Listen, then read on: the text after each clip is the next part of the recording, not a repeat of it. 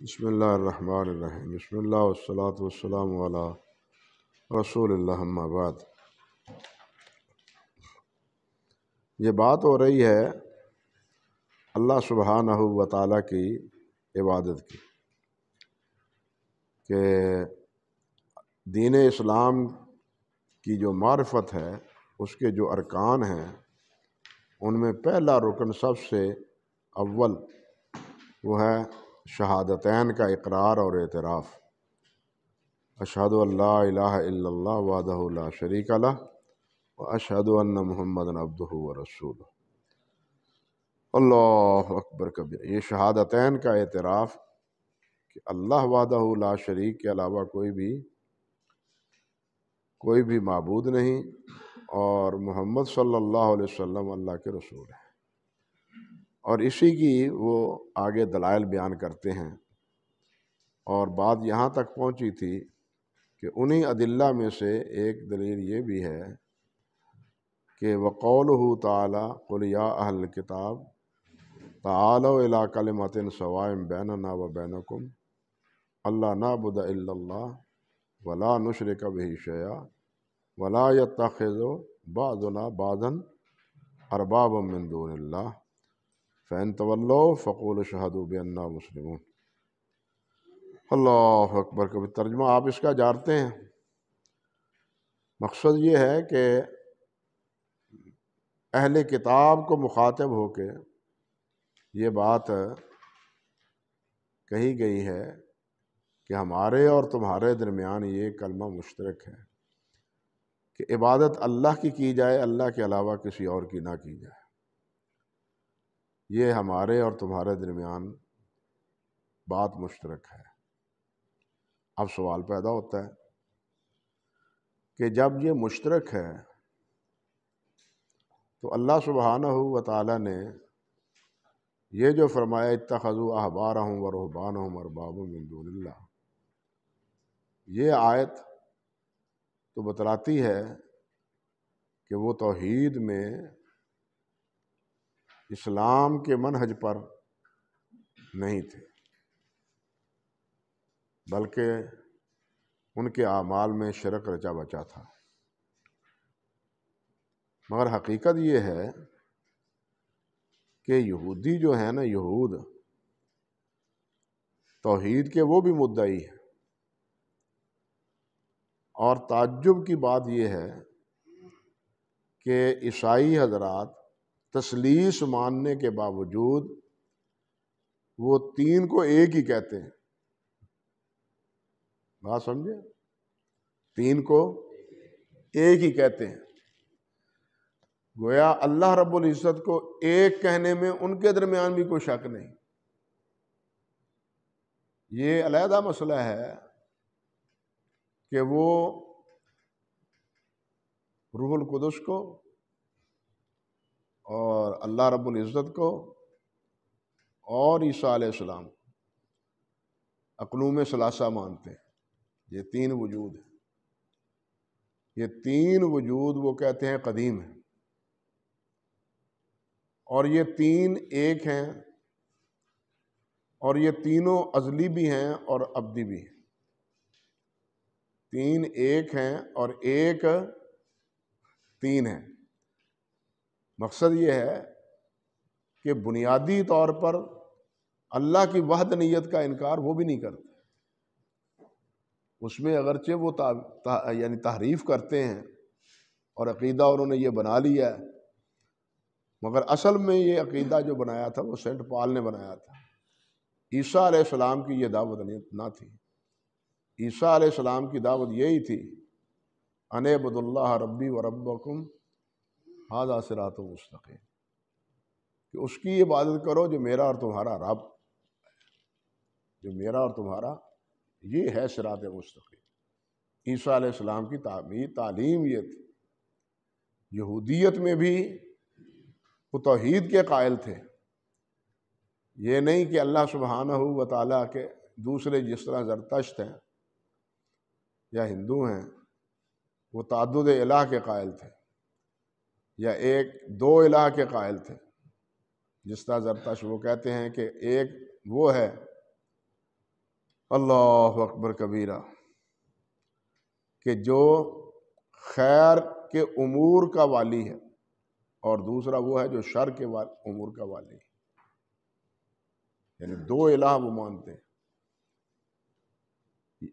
یہودی اسی طرح دو الہ نہیں کہتے، کہتے ایک ہی الہ ہے، الہ ایک ہے، لیکن عبادت کرتے ہوئے ایک اللہ کی عبادت پر اکتفا نہیں کرتے تھے۔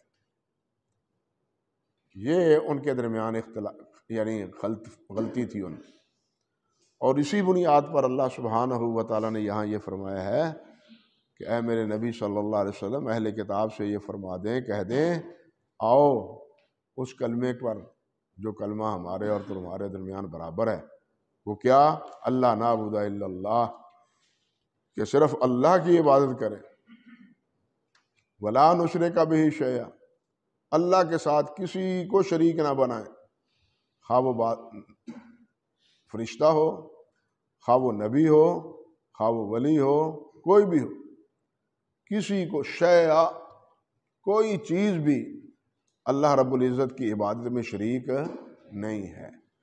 جب نبی یا فرشتہ اللہ کی عبادت میں شریک نہیں ہے تو پھر کسی اور کا کیا مقام ہے یا کیا حیثیت ہے کہ اس کو اللہ کی عبادت میں شریک سمجھا جائے۔ ولا نشرک بہ شیئا ولا یتخذ بعضنا بعضا اربابا من دون اللہ، اور ہم میں سے بعض کو اللہ کے علاوہ رب نہ بنائیں۔ حضرت عدی بن حاتم رضی اللہ تعالیٰ عنہ کا قصہ معروف ہے، جامع ترمذی میں آپ نے پڑھا ہوگا کہ وہ جس وقت مسلمان ہوئے ہیں، نبی علیہ الصلوۃ والسلام کی خدمت اقدس میں پہنچے تو ان کے گلے میں سونے کی سلیب لٹکی ہوئی تھی، سونے کی سلیب تھی۔ نبی علیہ الصلوۃ والسلام نے فرمایا عدی یہ وثن کب اتارو گے؟ یہ وثن کب اتارو گے؟ اتار پھینکو اس کو۔ حضرت عدی رضی اللہ تعالیٰ عنہ نے اتار کے پھینک دی۔ پھر انہوں نے سوال کیا کہ میں نے سنا ہے آپ کی زبان اقدس سے ہمارے بارے میں کہ ہم اپنے اتخذوا احبارہم و رہبانہم اربابا من دون اللہ، کہ ان کو ہم نے رب بنایا ہوا ہے۔ ہاں، ہم نے تو ان کو رب نہیں بنایا۔ تو نبی علیہ الصلوۃ والسلام نے ارشاد فرمایا کہ کیا تمہارے رہبان اور تمہارے عالم راہب جو کہتے تھے اور جس سے روکتے تھے، کیا ان کے روکنے اور ان کے کرنے کی تم پوری تعمیل نہیں کرتے تھے؟ اور یہ نہیں سمجھتے تھے کہ ان کا روکنا دراصل اللہ اور اللہ کے نبی موسیٰ علیہ السلام کا ہی روکنا ہے؟ یہ نہیں سمجھتے تھے۔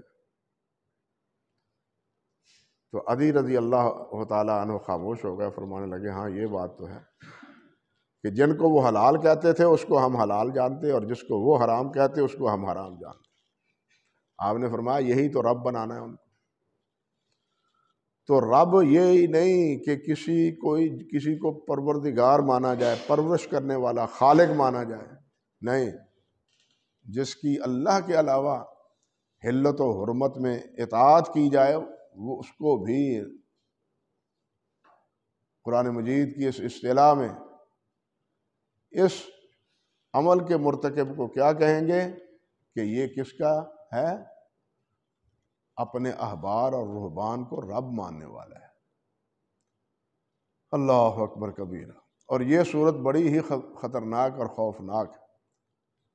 وہی بات جو نبی علیہ الصلوۃ والسلام نے ارشاد فرمائی ہے کہ لَتَتَّبِعَنَّ سُنَنَ مَنْ كَانَ قَبْلَكُمْ، یہی کیفیت ہمارے اس امت میں بھی پائی گئی، ہمارے علماء بھی، فقہاء بھی، اور ہمارے اس امت کے پیر اور مرشد، وہ بھی جو کہتے ہیں ہم اس آنکھیں بند کر کے اس کی پیروی کرتے۔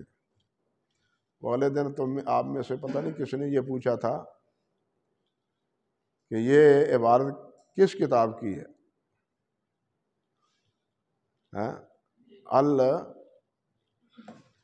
اللہ اللہ اکبر۔ المقلد للمقلد کالنبی للامہ لا یحل خلافہ، یہ عبارت قاضی ایاز نے ذکر کی ہے ترتیب المدارک کے مقدمے میں، ترتیب المدارک کے مقدمے میں۔ اللہ اکبر کبیرہ۔ اور حضرت شاہ ولی اللہ رحمۃ اللہ علیہ ہوں، امام راضی ہوں، شاہ اسماعیل شہید ہوں رحمہم اللہ، یہ جب اسی طرح تقلید کی سخت تردید کرتے ہیں تو اسی آیت کو کہتے ہیں کہ یہ تقلید اس آیت کا مصداق بن کے رہ گئی، یہی تقلید، اور ہے بھی واقعتاً اسی طرح۔ پیروں کا حال بھی یہی ہے، جس طرح پیروں نے لگا دیا ہم نے اس کی اطاعت اور فرم برداری کی، آنکھیں بند کر کے۔ حتیٰ کہ آپ اندازہ کریں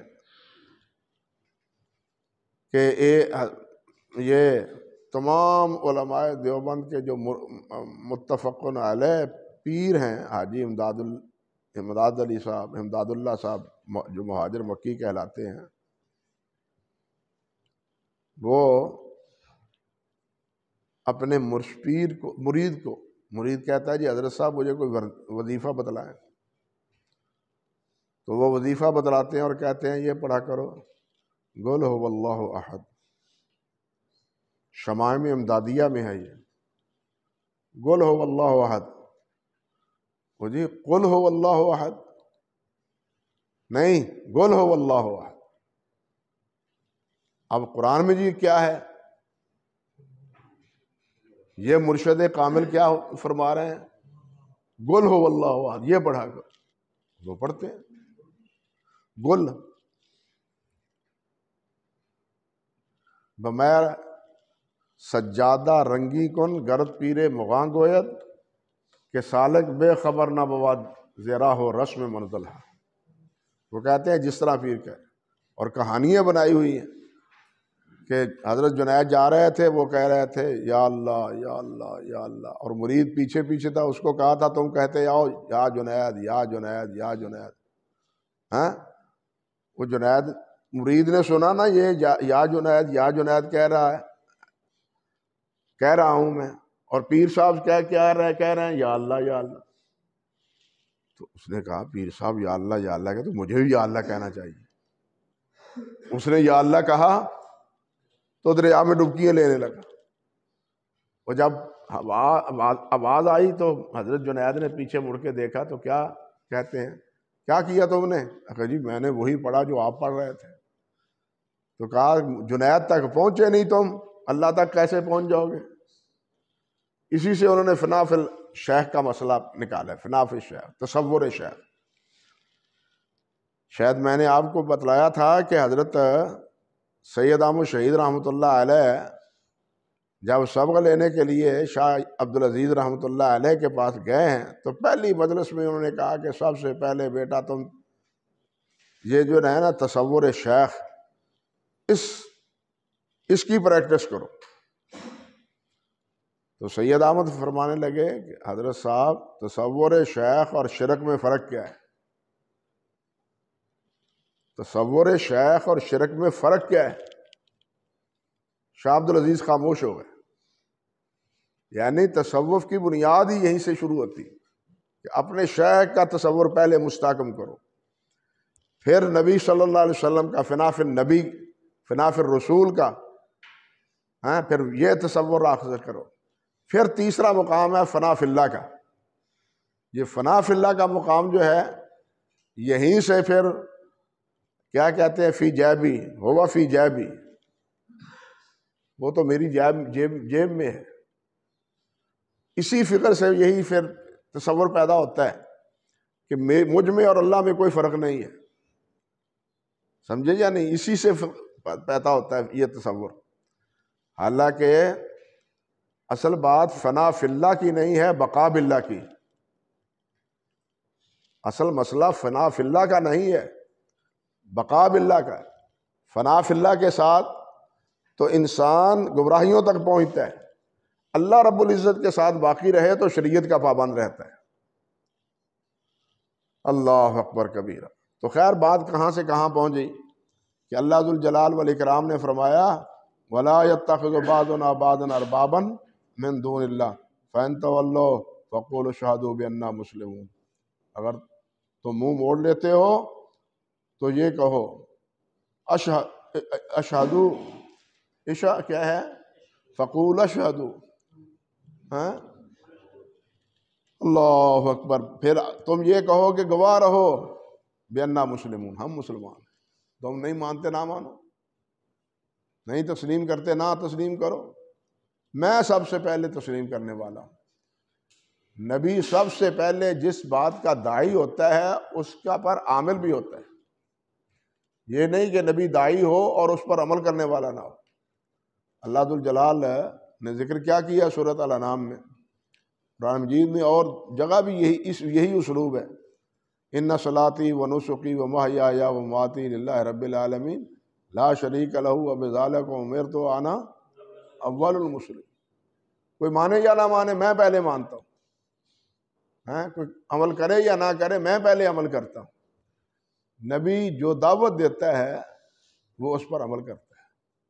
اللہ ذوالجلال نے فرمایا نا والذین جاؤ بالصدق وصدق بہ، والذین جاؤ بالصدق، جو صدق لے کے آئے اور صدق کی تصدیق کی، صدق کو تصدیق کے کیا معنی، عمل کیا، اور اس پر عامل بھی ہیں، یعنی وہ دعوت بھی دیتے ہیں اور وہ اس پر عمل بھی کرتے ہیں۔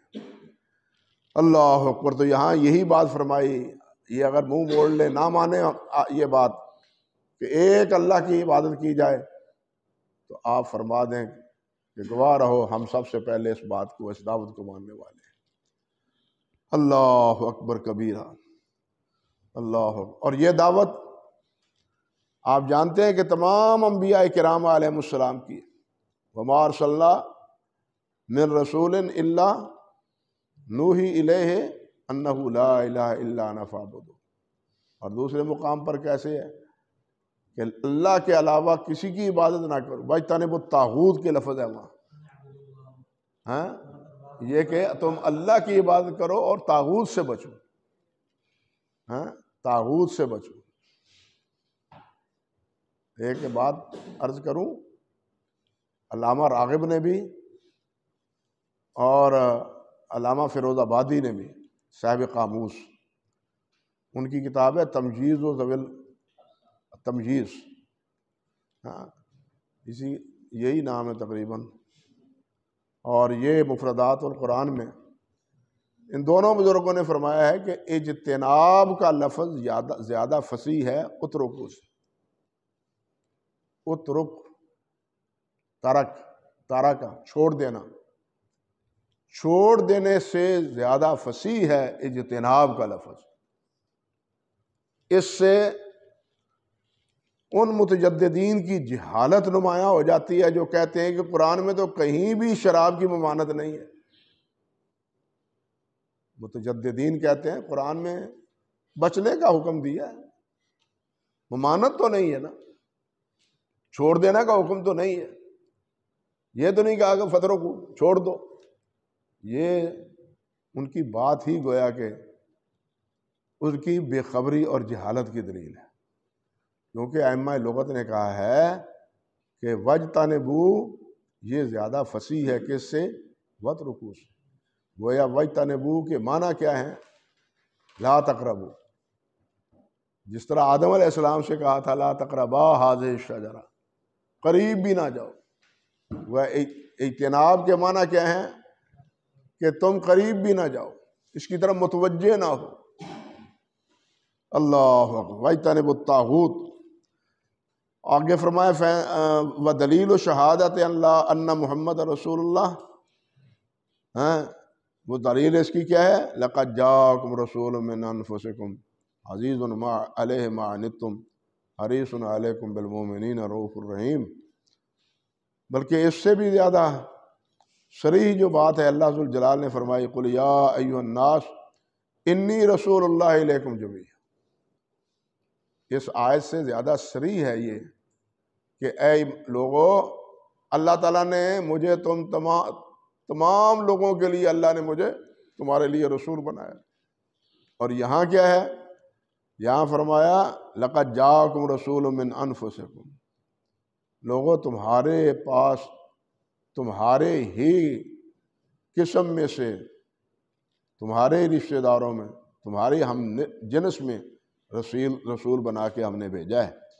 عزیز علیہ ما عنتم، جو تمہیں چیز تکلیف دیتی ہے، پشیمان کرتی ہے، یہ میرے اس نبی پر عزیز علیہ بہت گراں گزرتی ہے، بھاری گزرتی ہے، ناگوار گزرتی ہے۔ حریص علیکم بالمؤمنین رؤوف الرحیم، حریص علیکم، وہ بہت تمہارے لیے حریص ہے، کس بارے میں؟ کہ تم ایمان لے آؤ۔ حریص کس بارے میں ہے؟ کہ تم ایمان لائے آؤ، یہ حریص۔ آپ دیکھیں کہ نبی علیہ السلام نے اپنے چچا کے لیے کتنی کوشش کی ہے کہ اس کے مرتے ہوئے یہاں تک فرما دیا کہ میرے کان میں ہی کلمہ پڑھ لو، تاکہ قیامت کے دن میں گواہی تو دوں، اللہ کے ساتھ بات تو کروں کہ یا اللہ میں گواہی دیتا ہوں کہ اس نے کلمہ پڑھ لیا تھا، اس نے اقرار کر لیا تھا توحید کا زبان سے، لیکن ابو طالب نے نہیں مانا۔ نبی علیہ السلام فرماتے ہیں کہ میں تمہیں، میری مثال تو اس طرح ہے جیسے آگ کے الاؤ میں پتنگے گر رہے ہوں، پتنگے، تمہاری کیفیت بھی یہی ہے، اور میں تم کو تمہاری کمروں سے پکڑ پکڑ کے پیچھے کھینچ رہا ہوں، بچ جاؤ جہنم سے، بچ جاؤ جہنم سے، لیکن تم پھر بھی اس میں گرے جا رہے ہو، پھر بھی اس میں گرے جا رہے ہیں۔ حریص علیکم، اور یہی وجہ ہے کہ نبی علیہ السلام کے بارے میں کئی جگہ اللہ ذوالجلال نے فرمایا لعلک باخع نفسک، آپ اپنے آپ کو ہلاک کر لیں گے اسی غم میں کہ یہ مسلمان کیوں نہیں ہوتے۔ میں رات دن ان کو وعظ کرتا ہوں، رات دن سمجھاتا ہوں، رات دن تبلیغ کرتا ہوں، لیکن یہ سمجھتے ہی نہیں۔ کیا آپ اپنے آپ کو ہلاک کر لیں گے؟ لست علیہم بمسیطر، آپ ان پر دروغ مقرر نہیں کیے گئے۔ انما علیک البلاغ وعلینا الحساب، آپ کی ذمہ داری یہ ہے کہ آپ لوگوں کو پہنچا دیں، دعوت دے دیں، آگے نہیں مانتے تو حساب ہمارے ذمہ ہے۔ اللہ اکبر کبیرہ، اللہ اکبر کبیر۔ فرمایا رسول من انفسکم، تمہارے ہی نفوس میں، تمہارے ہی رشتہ داروں میں، تمہارے ہی عزیزوں میں، بعض اس کو من انفسکم کی بجائے من انفسکم پڑھتے ہیں کہ تم میں سے جو نفیس ہیں، تم میں سے جو نفیس ہیں، ان نفیس لوگوں میں سے نبی بنایا ہے۔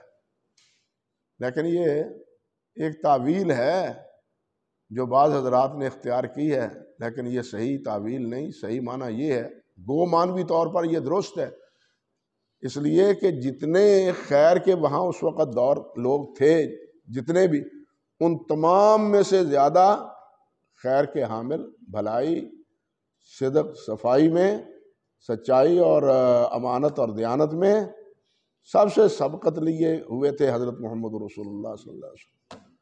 بلکہ معروف واقعہ ہے، جس طرح کہ علامہ سہیلی رحمۃ اللہ علیہ نے روض العنف میں لکھا ہے کہ جب سیدہ ختیجہ رضی اللہ تعالی عنہا سے نکاح ہوا ہے نبی علیہ السلام کا، تو اس نکاح کے موقع پر ابو طالب نے ایک بات کہی، ابو طالب نے یہ بات پورے قریش کے مجمع میں فرمائی، کہی کہ ان ابن اخی محمد ابن عبداللہ لا یؤذن به فتى من قریش الا رجح به شرفا وفضلا ونبلا واما المال فانه ذل زائل۔ سب کو مخاطب ہو کے کہا کہ یہ میرا بھتیجا محمد صلی اللہ علیہ وسلم لا یؤذن به فتى من قریش، قریش کا کوئی بھی جوان ان کے مقابلے میں نہیں ہے، کوئی قریشی، شرفا وفضلا ونبلا، شرف میں، عقل مندی میں، شرافت اور امانت میں کوئی بھی ان کا مد مقابل نہیں، سب خاموش ہیں۔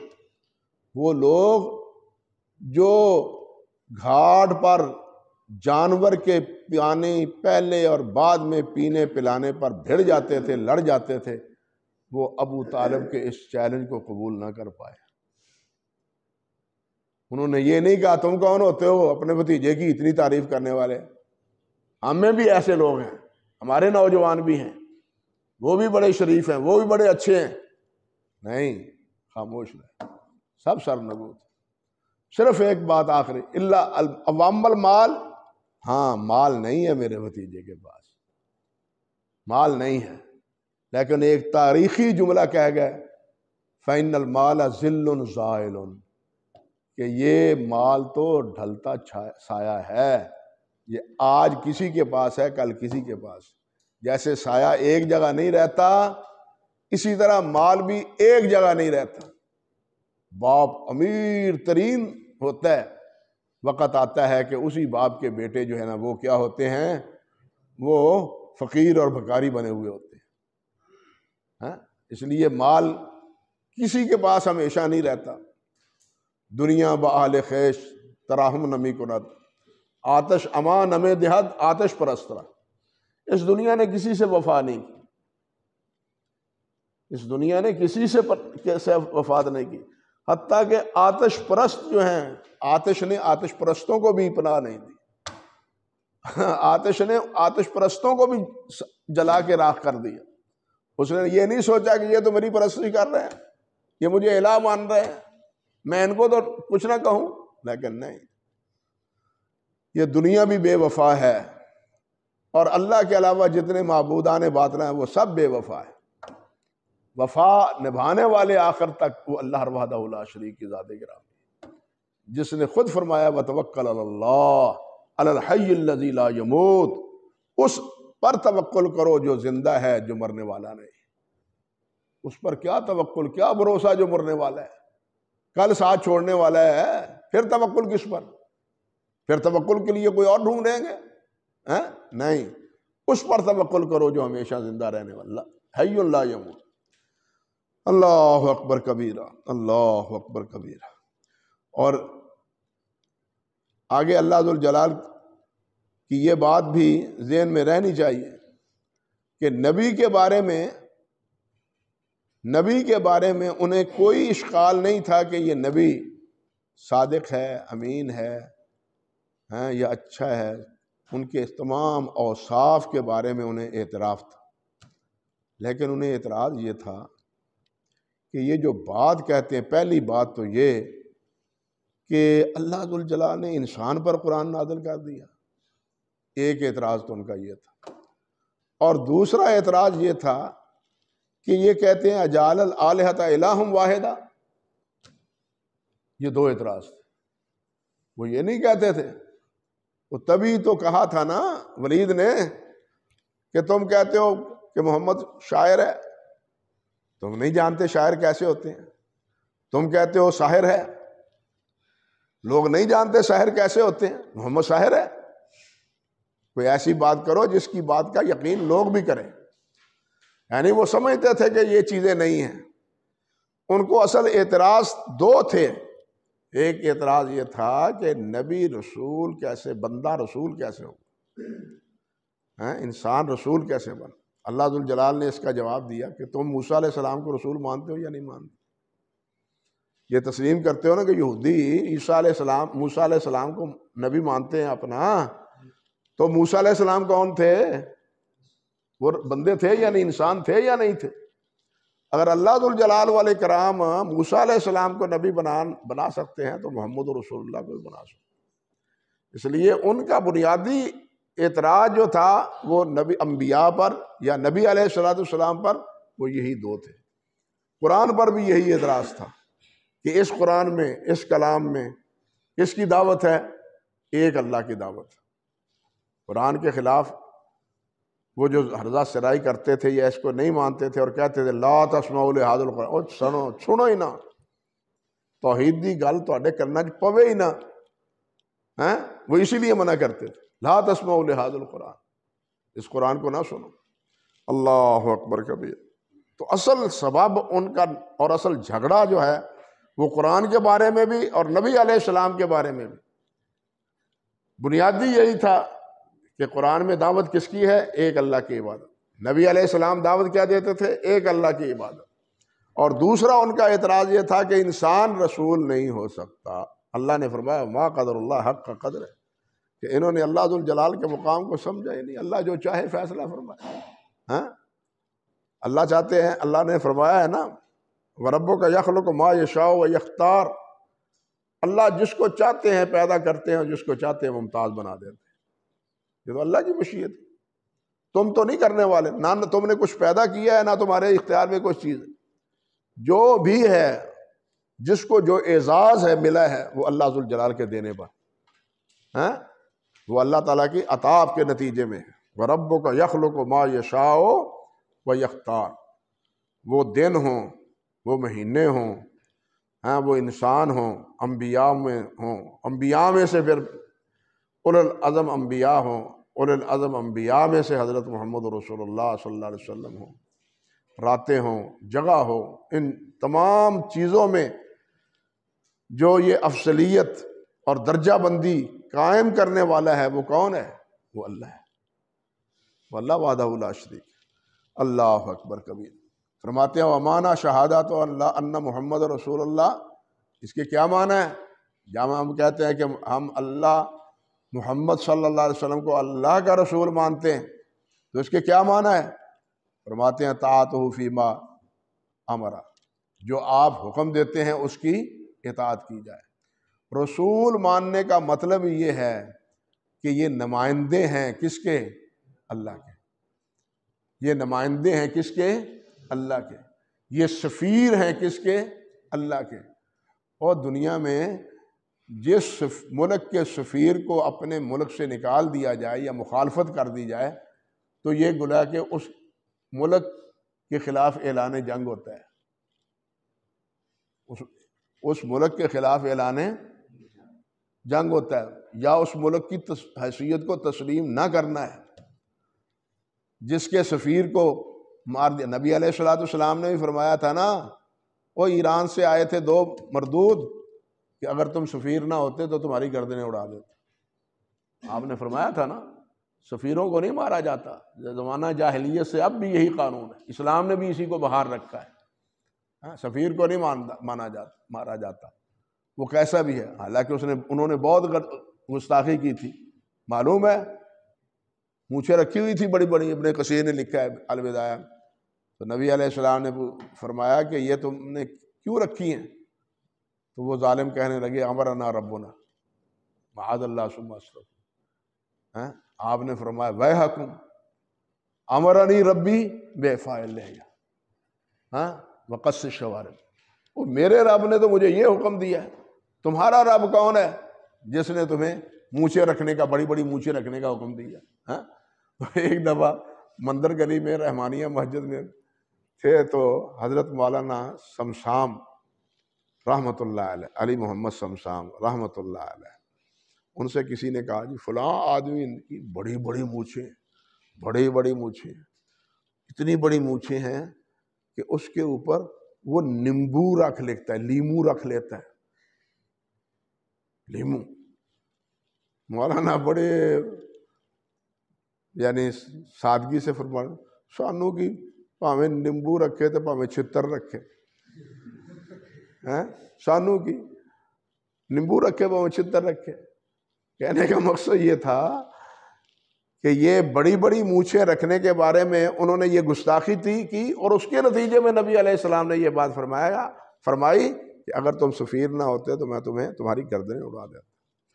تو نبی کیا ہوتا ہے؟ وہ سفیر ہوتا ہے اللہ رب العزت۔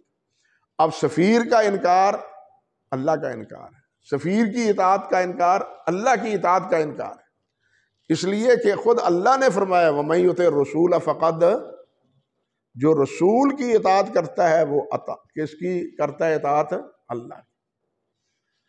اور اللہ رب العزت نے فرمایا وَمَا أَرْسَلْنَا مِن رَّسُولٍ إِلَّا لِيُطَاعَ بِإِذْنِ اللَّهِ، جو رسول بھی ہم نے بھیجا ہے اس لیے بھیجا ہے کہ اللہ کے حکم سے اس کی اطاعت کی جائے۔ رسول نہیں کہتا میری اطاعت کرو، میری اطاعت کرو، میری اطاعت، اللہ اسے کہتا ہے کہ تم کہو کہ میری اطاعت کرو۔ بات سمجھے نا؟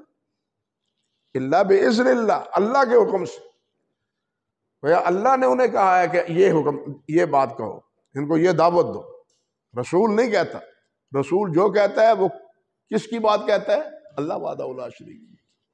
اللہ اکبر۔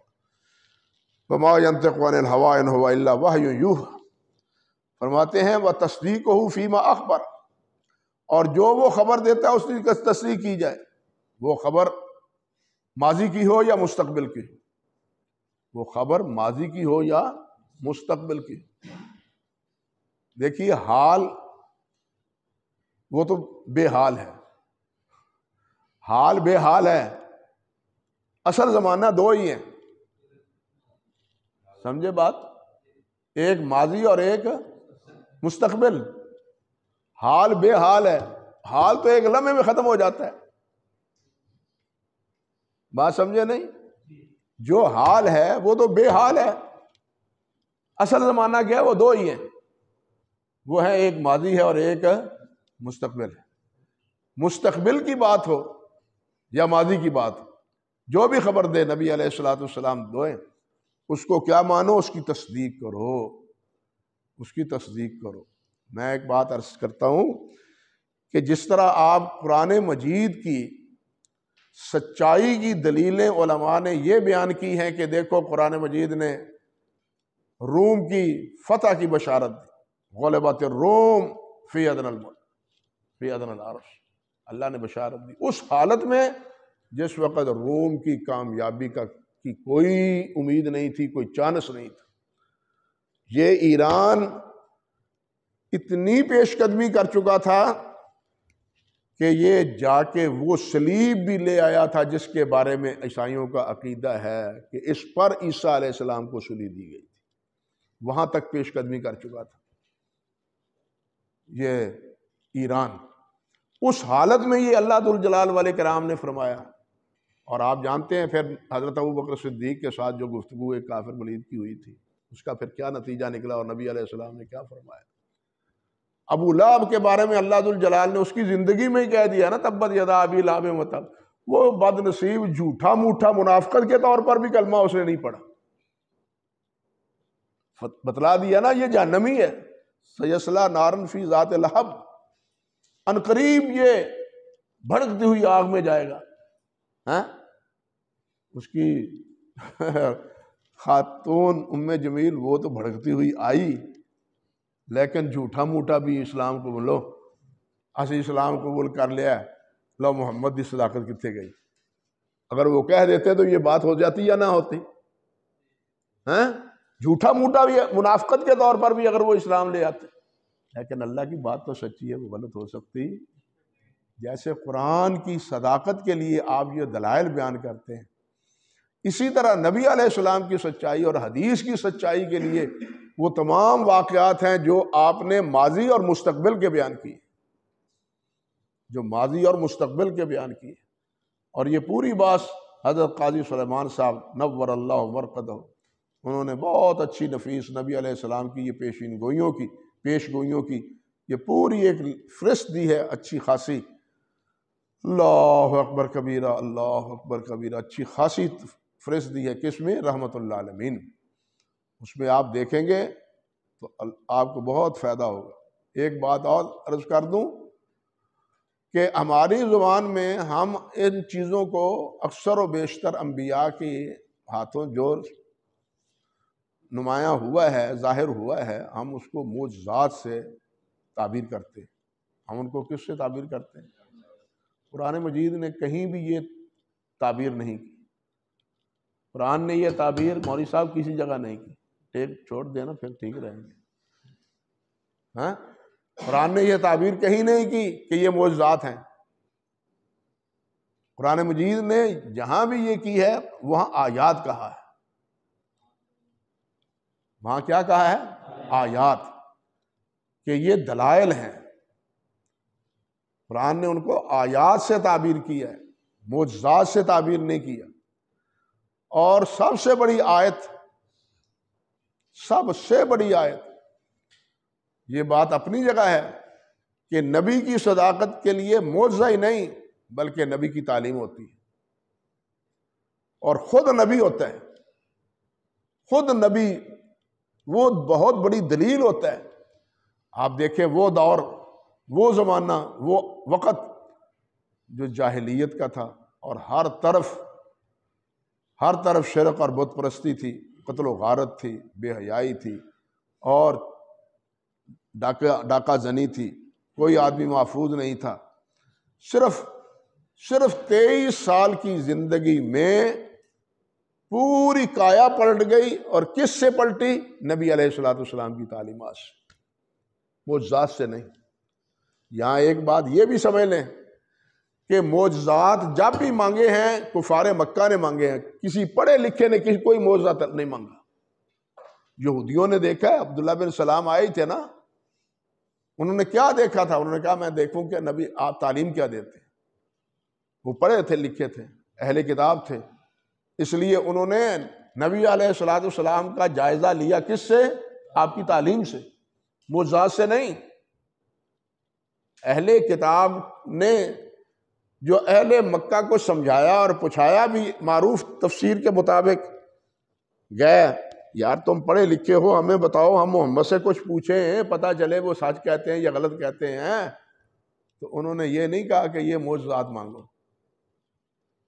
یہ پہاڑ سونے کے ہو جائیں، یہ وادی جو ہے نا لہلہا اٹھے، یہ مکے والوں نے کہا تھا، یہود نے سبق نہیں دیا۔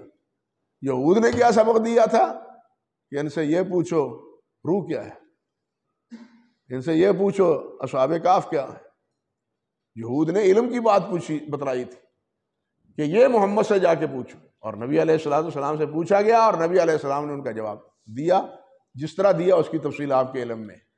عرض کرنے کا مقصد یہ تھا کہ معجزات کا لفظ ہماری زبان میں عام ہے، اور دیکھیے محدثین نے بھی یا دلائل النبوہ کتابیں لکھی ہیں، معجزات پر کتابیں نہیں لکھی۔ انہوں نے کیا لکھا ہے؟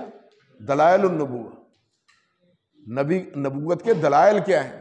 گو اس دلائل النبوہ میں ایک باب معجزات کا ہے، لیکن اصل الاصول کیا ہے؟ وہ معجزہ نہیں ہے، وہ تعلیمات ہے۔ اللہ اکبر کبیرہ، اللہ اکبر کبیرہ۔ تو خیر بات کہاں سے کہاں پہنچی؟ بات تھی کہ وَتَصْدِيقُهُ فِي مَا أَخْبَرَ، جو آپ خبر دیں اس کی تصدیق کی جائے، وہ خبر ماضی کی ہو یا وہ خبر مستقبل کی ہو۔ ماضی میں پہلے واقعات بھی آپ نے بیان کیے ہیں، اور مستقبل وہ قبر کی زندگی ہو، وہ برزخ، وہ کیا ہو، میدان معاشر کی ہو، وہ جنت دوزخ کی ہو، وہ سب مستقبل میں آتی ہے۔ لہذا اس اعتبار سے آپ نے جو کچھ فرمایا ہے وہ ہم اس پر ایمان لائیں گے تو گویا ہم آپ کو مانتے ہیں۔ اللہ اکبر کبیرہ۔ اور یہی وہ تعبیر ہے جس کو اللہ ذوالجلال نے کیا فرمایا ہے؟ الذین یؤمنون بالغیب، الذین یؤمنون بالغیب، جو بغیر دیکھے مانتے ہیں۔ یہ بغیر دیکھے والی چیز کیا ہے؟ کہ جو کچھ نبی نے فرما دیا، جو اللہ نے فرما دیا، مان لیا۔ ہم نے دیکھا تو نہیں نا جنت دوزخ کو، تو ہم نے پہلے انبیاء کو دیکھا تو نہیں نا، ان کے واقعات کو دیکھا تو نہیں نا، اللہ نے بیان کیا، ہم نے مان لیا۔ وہ تو تھے ہی امی، انہوں نے کہاں سے پڑھنا تھا؟ انہوں نے کہاں سے پڑھنا تھا؟ اس لیے بنیادی ایمان میں اس چیز کو بنیادی طور پر بیان کیا کہ لا ریب فیہ ھدی للمتقین الذین یؤمنون بالغیب، جو غیب پر ایمان لاتے ہیں۔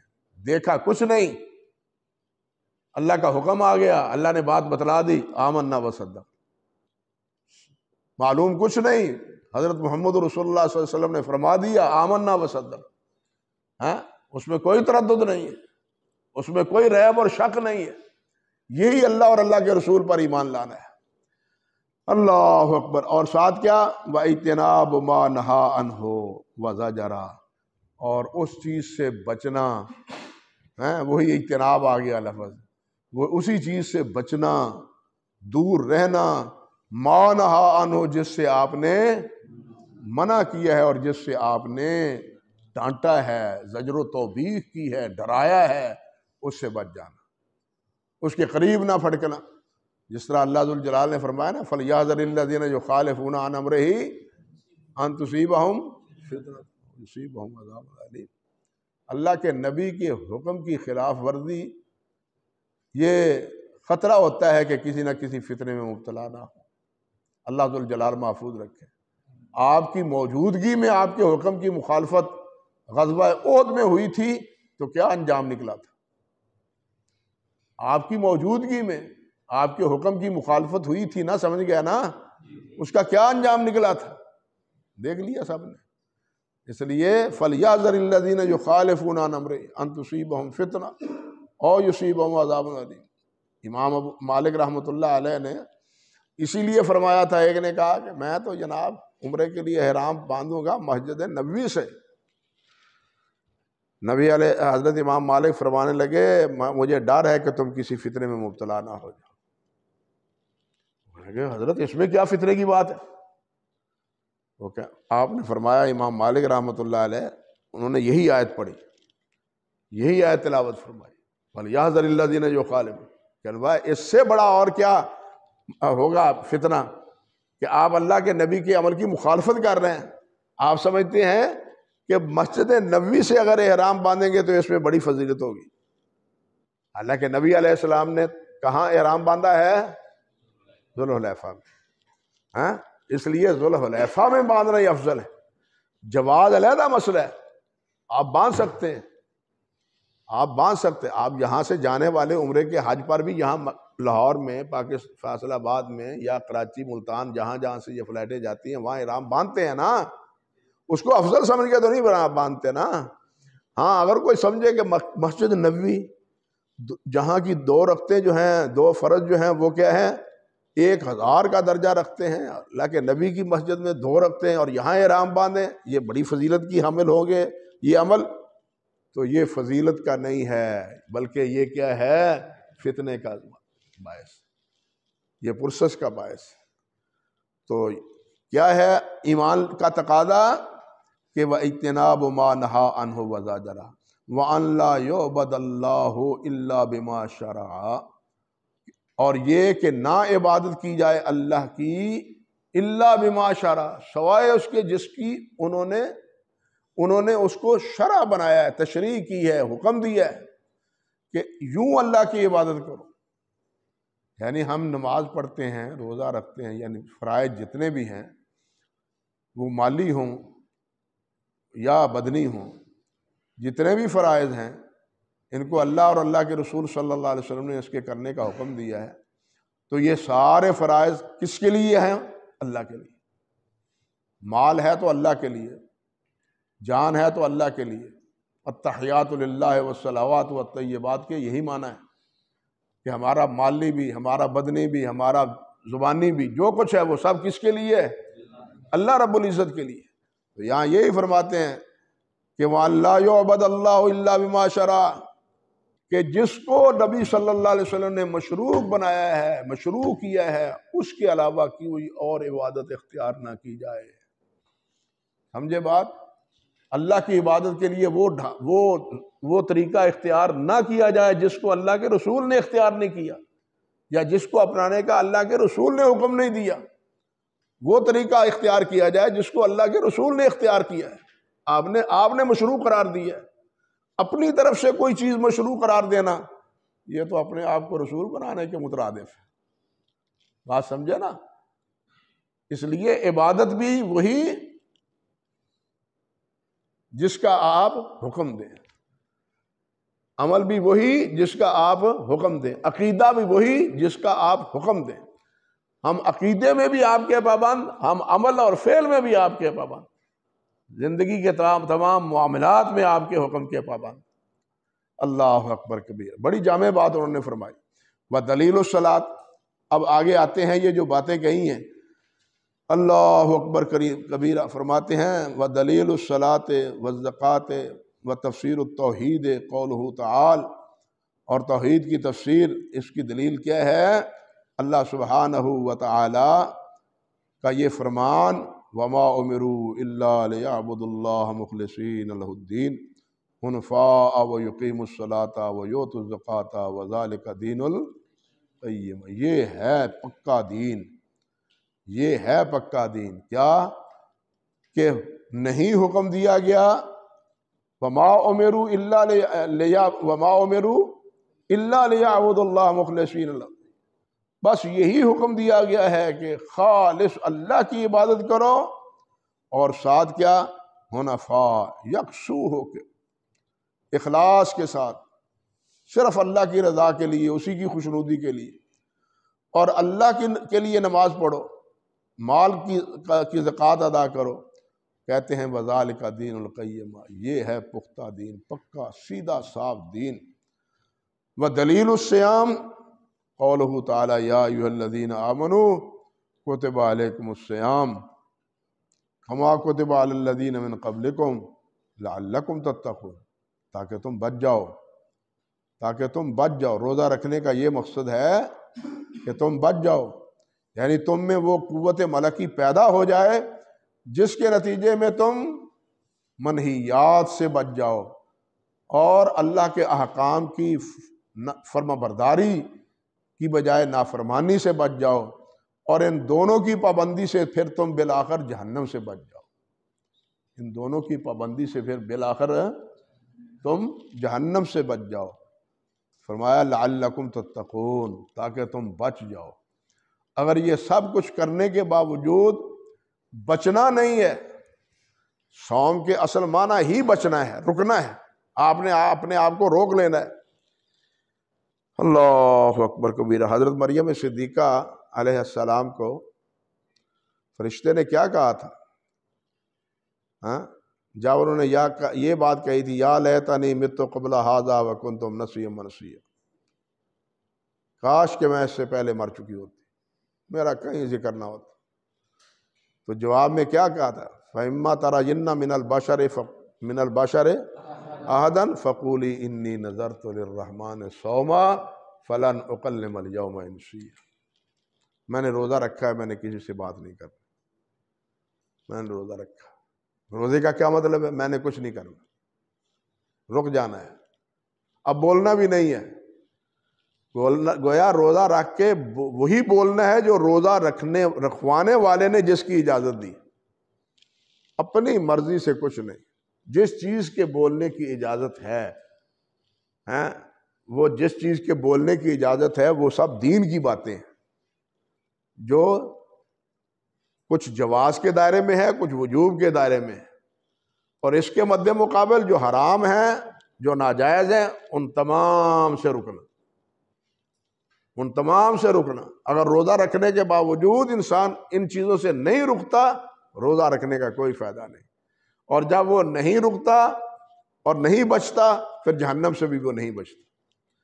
جب محرمات کا ارتکاب کرتا ہے، اس سے بچتا نہیں ہے، تو محرمات کا ارتکاب کرنے کا انجام کیا ہے؟ وہ جہنم ہے۔ محرمات کے ارتکاب کا انجام کیا ہے؟ وہ اللہ کی مرضی ہے، یغفر لمن یشاء ویعذب من یشاء، یہ اللہ کی مرضی ہے، لیکن فیصلہ یہی ہے، فیصلہ یہی ہے۔ وہ اللہ ذو الجلال چاہیں تو ٹھیک ہے، اللہ بخش سکتے ہیں، سوائے شرک، سوائے ان اللہ لا یغفر ان یشرک بہ ویغفر ما دون ذلک لمن یشاء، اس کے علاوہ جس کو چاہے اللہ معاف فرما دے۔ اللہ اکبر کبیرہ۔ اللہ، 3 فرقے اس مسئلے میں گمراہ ہوئے ہیں۔ کل میں نے یہ جمعے کے خطبے میں بات کہی، یہ ساتھی ایک گئے تھے، آپ گئے تھے، جمعے کے خطبے میں آئی تھی ضمناً بات، وہ ایک لیکفر اللہ اسوأ الذی عملوا، اس کے تحت 3 فرقے ہیں جو گمراہ ہوئے ہیں۔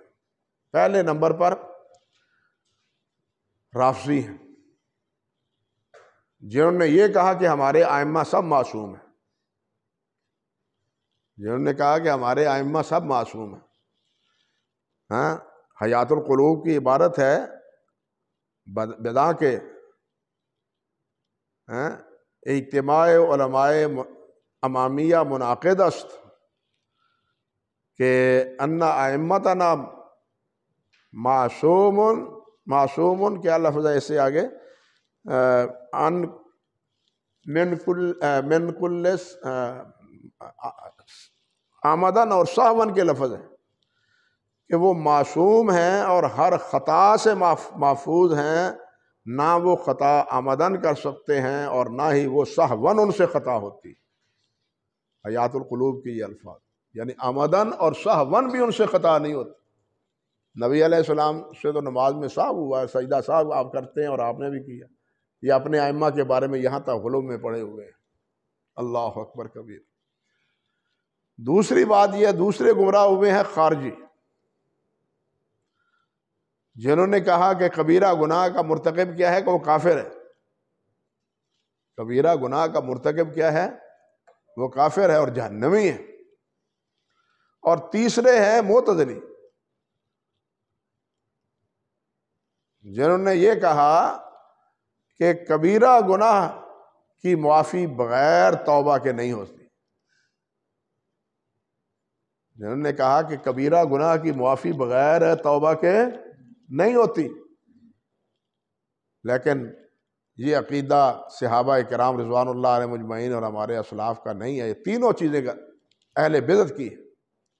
حضرت عبداللہ بن عمر فرماتے ہیں رضی اللہ تعالیٰ عنہ، ہم پہلے یہ سمجھتے تھے کہ یہ قاتل جہنمی ہے، مال یتیم کھانے والا جہنمی ہے، لیکن جب یہ ہم نے آیت پڑھی اور سنی کہ ان اللہ لا یغفر ان یشرک بہ ویغفر ما دون ذلک لمن یشاء، تو ہم نے سمجھ لیا کہ شرک کے علاوہ اللہ ذوالجلال جس بڑے سے بڑے گناہ کو چاہے معاف فرما دے۔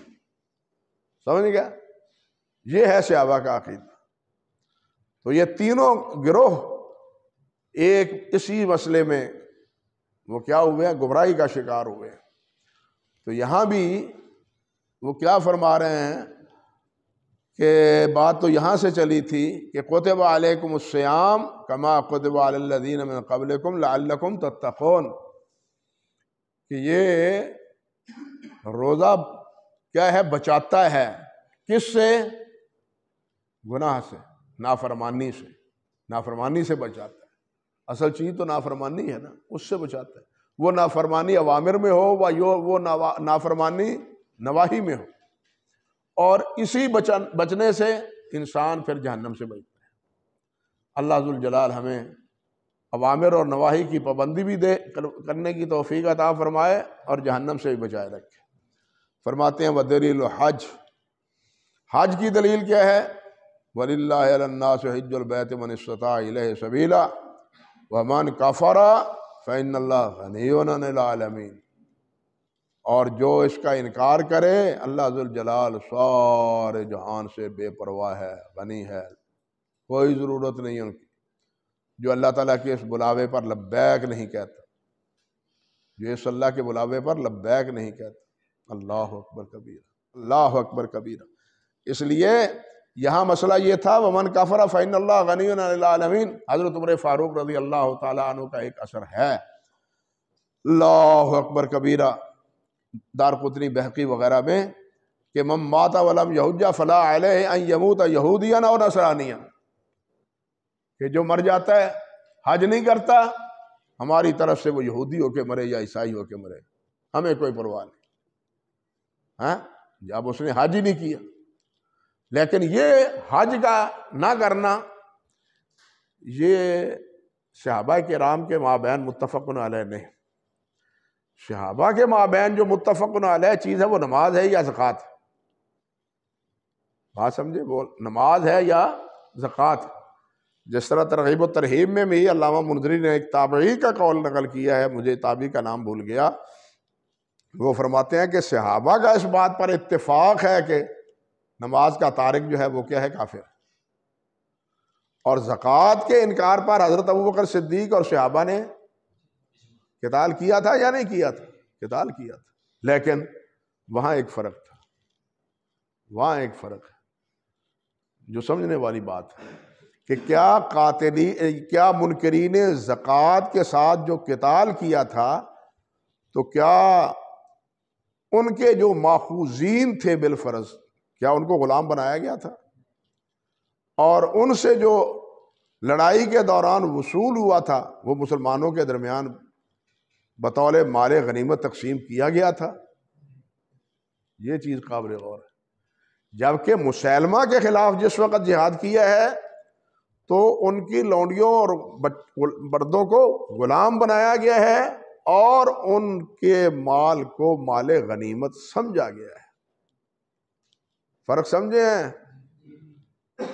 یہ فرق بتلاتا ہے کہ اصل چیز وہی ہے جو تابعین نے کہی ہے کہ صحابہ متفق کس پر ہیں؟ نماز پر۔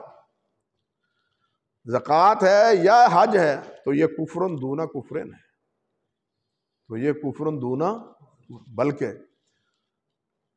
حنابلہ کا بھی یہی فتویٰ ہے کہ کافر ہے وہ، لیکن امام ابو حنیفہ کا، حتیٰ کہ ہمارے اس دور میں شیخ البانی رحمۃ اللہ علیہ کا بھی یہی موقف ہے کہ یہ نماز کا تارک بھی کفرن دون کفرن کے قبیل سے ہے، یہ خارج از ملت نہیں ہے۔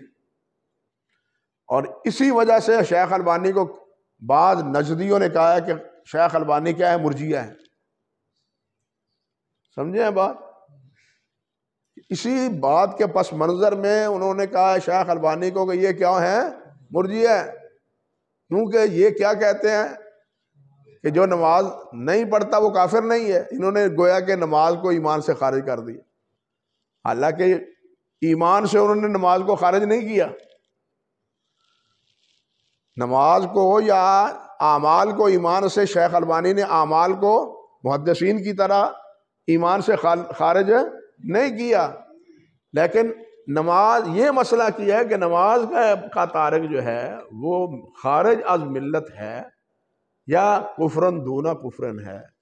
کفر کا اطلاق ہوا ہے من ترک الصلاۃ متعمدا فقد کفر، تو دوسرے اعمال کے ترک پر بھی کفر کا اطلاق ہوا ہے۔ سباب المومن کفرن وقتالہ، سباب المومن فسق وقتالہ کفرن، دوسرے اعمال پر بھی کفر کا اطلاق ہوا ہے۔ تو فرماتے ہیں کہ یہاں بھی مراد یہی دون الکفر ہے، جس طرح کہ امام بخاری نے فرمایا ہے۔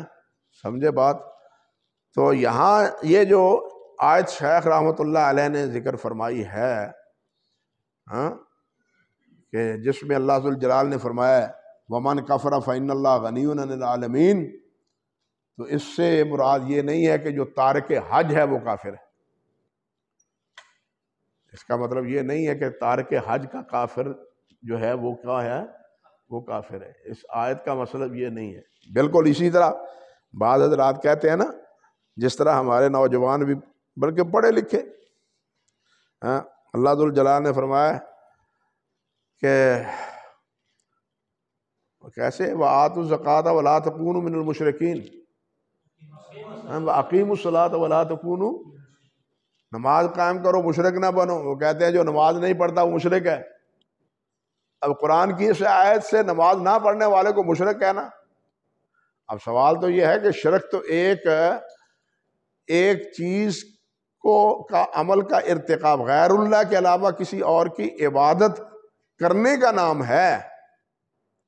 شرک غیر اللہ کی عبادت یا اللہ کی عبادت میں کسی کو شریک کرنے کا، یہاں تو نفی ہے، یہاں تو وہ اقیم الصلاۃ ہے، نماز قائم کرو ولا تکونوا من المشرکین، مشرک نہ بنو۔ یہ مطلب نہیں ہے کہ نماز نہ پڑھنے والا مشرک ہے، نماز نہ پڑھنے والا گناہگار ہے، اس کو کافر کہیں، شرک اور ہے۔ اس سے جو استدلال علماء کرتے ہیں وہ یہ کہتے ہیں کہ جو مشرکین ہیں وہ نماز نہیں پڑھتے، مشرکین نماز نہیں پڑھتے تھے۔ اور اسی سے یہ بھی استدلال ہے بنیادی کہ احکام الہیہ کے مخاطب مسلمان بھی ہیں اور کافر بھی ہیں۔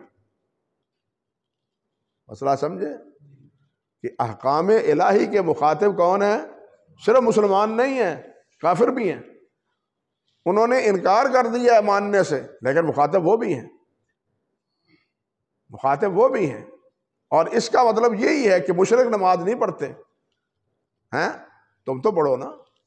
یہ نہیں کہ نماز نہ پڑھنے والا مشرک ہے، عمل نہ کرنے کے نتیجے میں مشرک نہیں ہوتا، بلکہ اللہ کے مقابلے میں کسی اور کی عبادت کرنے میں مشرک ہوتے ہیں۔ فرق سمجھیں کچھ یا نہیں سمجھے؟ اللہ کے علاوہ غیر کی عبادت کرنے سے شرک ہوتا ہے، مشرک ہوتا ہے۔ کوئی عمل نہ کرنے سے گناہگار تو ہے، فاسق فاجر تو ہے، مشرک نہیں ہے۔ اس آیت کا مشرک مطلب یہ ہے کہ مشرک نماز نہیں پڑھتے، یہ نہیں کہ نماز نہ پڑھنے والا مشرک ہے۔ دونوں باتوں میں فرق ہے۔ اللہ تعالی ہمیں سمجھ کی توفیق دے۔ تو یہاں بھی یہی مسئلہ ہے بھائی۔ آگے کیا فرماتے ہیں؟ المرتبہ الثانیہ دوسرا مرتبہ ہے ایمان کا، یہ پھر دوسری مجلس میں اور دوسرے دن ہی دیکھیں گے اللہ کی توفیق سے انشاءاللہ العزیز، اللہ تعالیٰ نے چاہا۔